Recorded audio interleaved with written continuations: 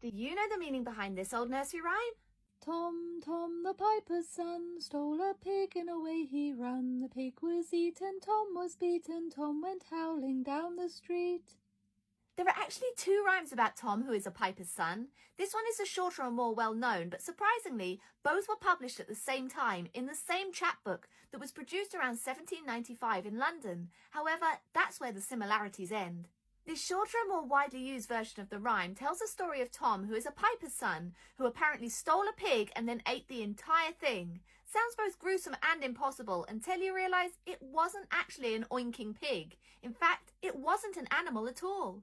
Despite many illustrations to the contrary, this so-called pig actually refers to a kind of pastry or cake, which was smaller than a pie and often filled with apple. Sounds tasty, right?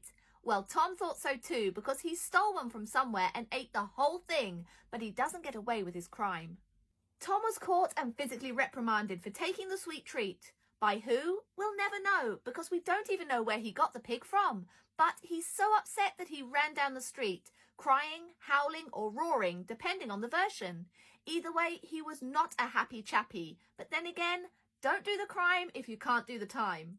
Some older illustrations, such as the Baby's Opera, which also includes the music for this rhyme, go so far as to depict Tom stealing a large farm animal and getting caught by the police, whereas others show his father giving him a flea in his ear. But most illustrations include a real pig, which is probably where the farm animal's sweet treat misunderstanding occurs.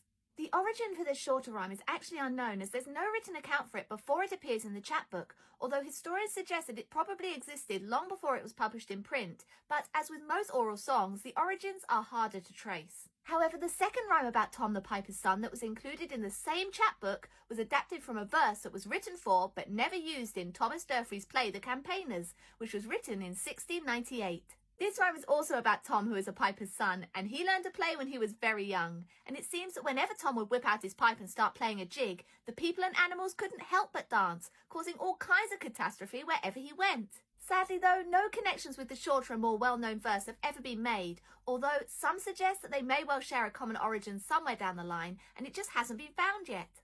Personally, I'm just glad to know that Tom didn't eat an entire pig in one sitting.